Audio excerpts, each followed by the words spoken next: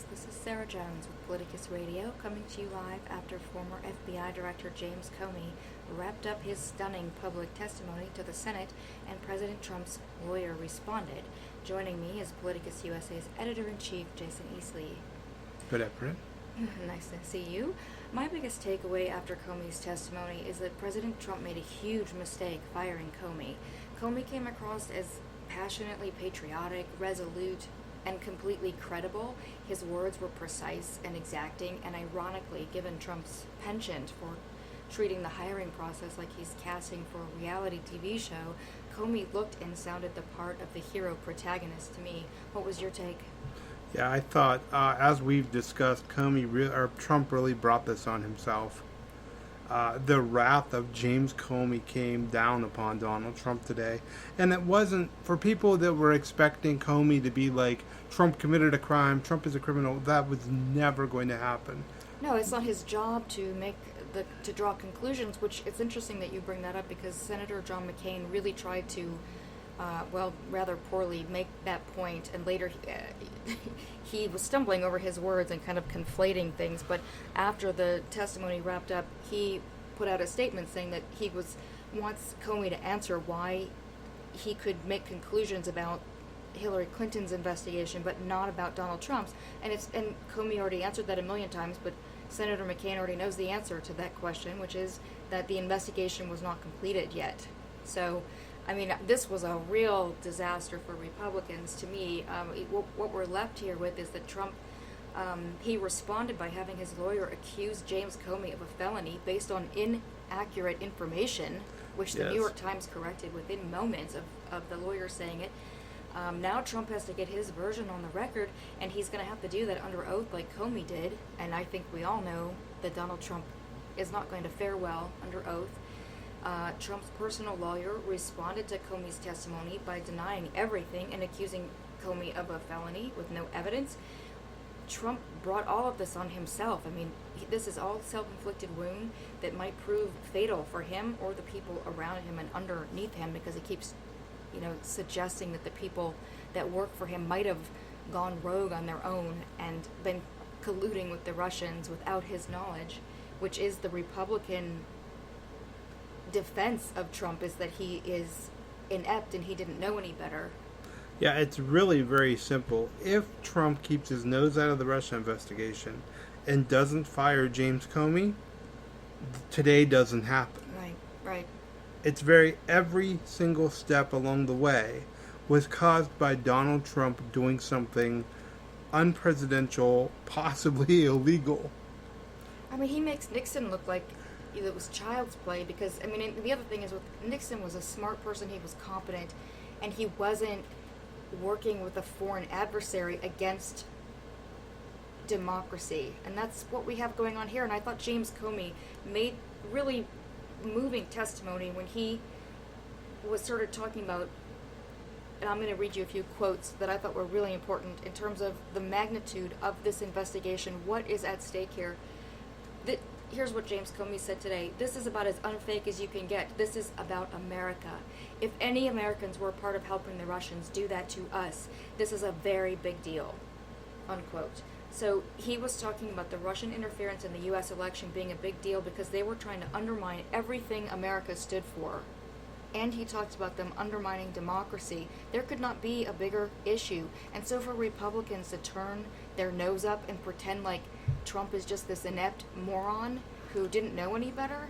Oh, wait, he's new at this. Yes, that was Paul Ryan's excuse. Yeah, Paul Ryan, Speaker Ryan decided that was the best defense, that Trump is new at this.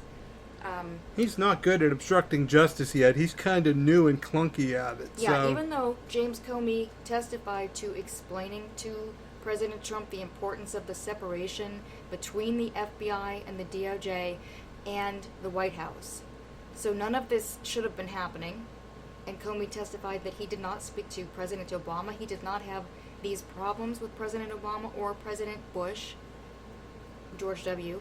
So he spoke to them but didn't have the need to keep memos, and it wasn't, having 9 conversations in several months. You're laughing at me. I mean, it's unbelievable, really. You look at what's happening here, and it's just hard to believe that Republicans are still standing by this man. Comey testified today that he was fired over the Russia investigation. He said he had no doubt that Trump fired him over, in some way, his effort to change the way the Russia investigation was being conducted. And he said that was a very big deal. He said that President Trump asked him to drop the investigation into Mike Flynn while Mike Flynn was under the FBI criminal investigation and in legal jeopardy. What's really striking about Comey today is that everything that was reported before he testified since he's been fired turned out to be 100% accurate, which tells you that Comey was going based off his totally legal notes, and his notes were perfect.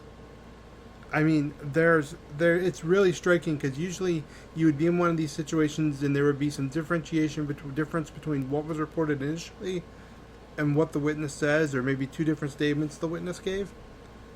Everything was straight down the line consistent. That's right. And when you knew that was going to happen, I mean, just the look on his face, the moment he entered the room and sat down, he had that look on his face, and you knew he was here. He knew exactly what he was going to say. He had nothing to hide. He wanted to get the facts out, and I thought he did a really good job of telling the facts. You know, he shared his concerns about this with FBI senior officials, and I think that that's when you start to see that when Donald Trump and Republicans are questioning his testimony, they're once again aligning themselves against the FBI, and just to stand behind Donald Trump. I don't know when they're going to draw the line here, but I thought Comey also asked a compelling question about Trump's intent when he said, why did Trump kick everybody out of the room if there was nothing else going on? Because he shouldn't have needed to speak alone. Yeah. If it's an above-board conversation Right. with the FBI director, it should be able to be held in front of others. But he asked Jeff Sessions, the Attorney General, the Vice President, everyone else in the room to step out. Senior White House advisor Jared Kushner. Right, well, we wouldn't want him in the room.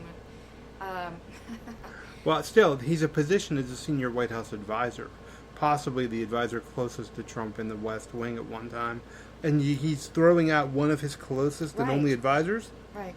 And why is he doing that? I mean, I thought that was a really good question. And as I wrote the day before, when we first got Comey's testimony, the written testimony, the day before he actually testified,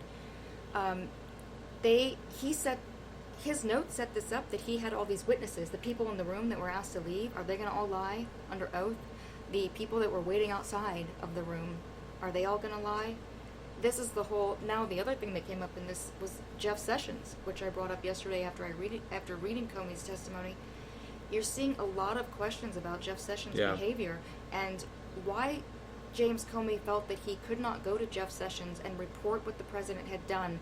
Republicans are trying to twist that around to make it look like James Comey didn't tell anyone, didn't report to anyone, and which is ironic because these are those same Republicans that won't stand up to Donald Trump themselves. But actually, he did go to Jeff Sessions the first time, and Jeff Sessions blew him off and never responded. And when Sessions left him alone with the president, Comey told him after that he could not be left alone in the room again with the president, and Sessions ignored his request and didn't respond to him. So I think over and over again what you're seeing is what's going on with Jeff Sessions. Where are his principles and ethics? Not that he came with many of them, but in his position, this is unacceptable. I think what you're seeing with Sessions is that he has problems of his own connected to Russia and the investigation, but also the recent reports with Trump criticizing Sessions, and now Comey saying he couldn't trust Sessions. If you were going to pick somebody who's probably going to be one of the next to go out of this administration, like maybe by the end of the year, I can't see an attorney general leaving within the first year, but somebody who would maybe just wait for a calm moment and resign. I think Jeff Sessions is a really big piece of the scandal. The people, just like Mike Pence, the people really haven't talked about enough. No, it's going to come out, though, because, I mean, he opened the door for all of that. I think that's why I opened with firing him was the biggest mistake Trump made. And here you see it again. These things would not be coming up. Jeff Sessions' job and his credibility would not be being called into question if he had not worked in concert with Donald Trump after he recused himself to work on firing Comey. And we on the left were not very happy with Comey for his actions during the Clinton email investigation, but that seems to be James Comey, that sense of self-righteousness in trying to protect the FBI.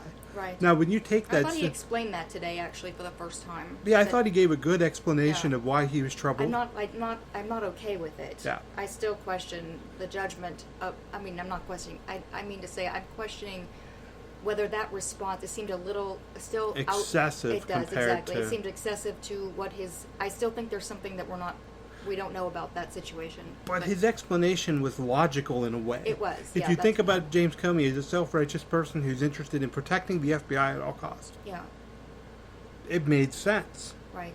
It may have been totally disagreeable and the wrong thing to do, that but... was Bill Clinton. He made that mistake. The tarmac He never meeting, should have done that. Now, it's funny, though, because Republicans blew that way out of proportion, and yet they keep justifying Trump doing this when Trump already knew over and over again that he shouldn't be having these conversations.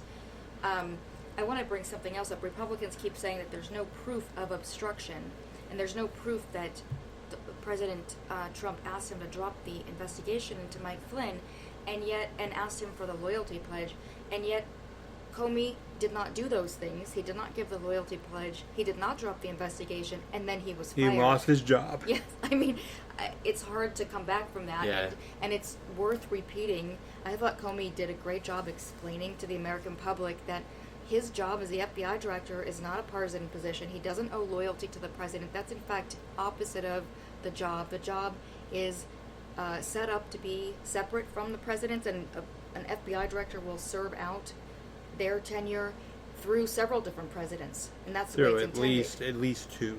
At least, it's a 10-year term. And with him, what I'm hoping you see that several, like 4. Right, you get where I'm going with that. So, the other thing is Comey indicated that the special counsel is likely investigating Trump for obstruction of justice. Yeah. And here Republicans are claiming that that's not happening. So, I thought that all in all, we wouldn't be having any of these conversations. The narrative that's happening right now is the Trump defenders are out there saying it wasn't obstruction of justice, which means that they're conceding these things happened. Yeah. We shouldn't even be having this dialogue about the legal experts. The conservative legal side are trying to grasp any straws they can that this wasn't obstruction of justice. When you're like 4 months into the term, 5 months into the term almost, and people are we almost 6 months into this? No, we're 5 months into this. 5, don't get me. It feels like forever. Yeah, it does. But when you're that newly into the term, and legal experts are debating whether or not the president obstructed justice, look at the scope of this. Right. We have never had a president within this short of time of taking office be under this serious of an investigation. And let's keep this in context that meanwhile, it isn't as if he's like Nixon actually running the government in some competent way. He is undermining our international credibility. He is undermining America. We are no longer considered a world leader. He is damaging the planet. Now that might be because of his belief system, and maybe he would say he's doing his job by doing that, but the way he is going about all these things, even when they're the conservative ideology, is so inept. I don't have words. Like, we haven't been doing these podcasts because it's how do you even articulate how horrible this is?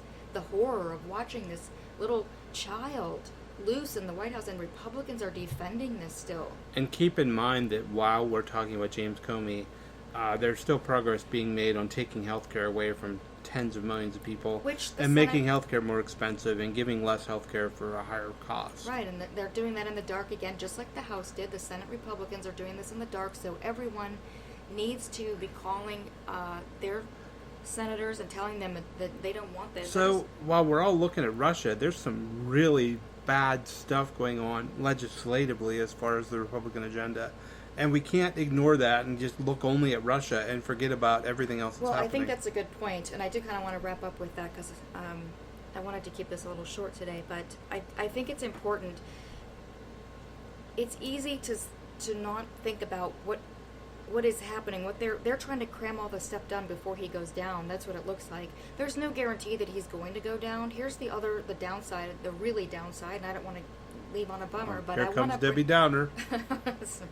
I want to bring up what Senator Warner said yesterday, which he was warning that and Comey